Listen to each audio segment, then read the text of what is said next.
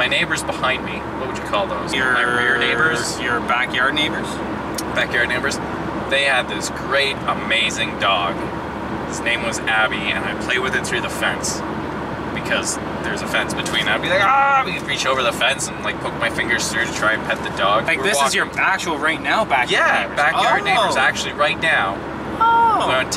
Went for a walk around to probably their mailbox, missing. Response to Abby, please call. And I was like, oh, that's heartbreaking. My friendly neighborhood dog. Have you like gone looking for Abby? I mean, like kind of slightly, but not like not walking through any forests. Yeah. The dog was so nice that, I mean, I had joked about stealing, like cutting a hole in the fence and like taking the dog. To the neighbor? Yeah, taking their dog and making it mine. Gotcha. And Mel was like, no, I'm allergic. And I was like, well, the dog or Mel? Sorry, Mel. I can jump the fence and play with the dog in their backyard, but that's kind of weird. So maybe I could just cut a hole in the fence and have the dog play in my backyard, and then when it's time for the dog to go home, I can put it back through the fence. To go home. That is actually heartbreaking. I'm sorry that you've lost my neighborhood dog. The thing is, I'm pretty sure someone would have been like, oh my god, this dog is so nice, I'm just gonna keep it. Well, I always wonder that one stray cat I have is literally just walked up to us one day and followed us home, and he was hanging out outside for the longest time, and then we finally took him in. Now he's our cat. But I've always kind of wondered, because sometimes he still tries to get out, and I'm like, do you have another family you just wandered away from? But we called, we had him at the vet and checked, we've called the police, we've called, you know, the Humane Society and looked for posters all over the neighborhood a number of times, and there's nothing. If you have an animal, put at least a collar and a tag on it. Or a chip. If you chip it, then you take it, somebody, like we took this cat to the Humane Society, they scan it, and it's like, oh, it's owned by Mr. and Mrs. Brown over on Front Street. Then you kept it anyway. So yeah, put a collar on your dog, or get your cat chipped. Or chip your dog. And put a collar on your cat. That was a dead cat. Was it? That was a dead cat on the road. That's unfortunate. That was a pitch black cat, just like one of the strays. Oh my god! I've never had a dog that has run out in front of traffic. My sister has, but I haven't.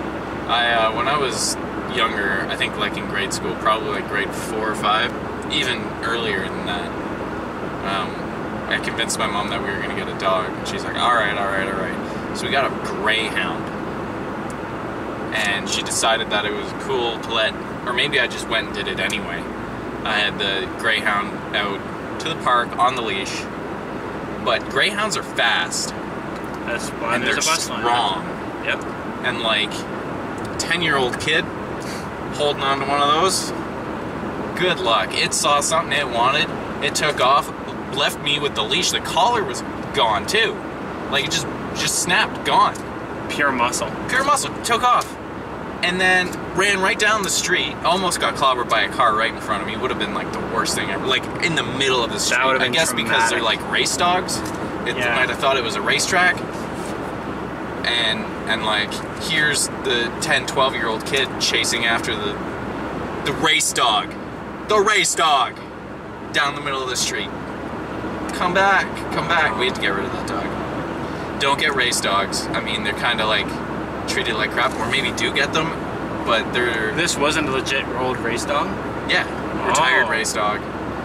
They're, I don't know, they're just not treated well compared to like how I would treat... Like I look at normal house dogs, and they're more part of the family, where the race dogs are more wild animals. Well, yeah, but they're never... That's because they're, even as puppies, and that's the forming age, right? They're never kept as part of the family. Yeah.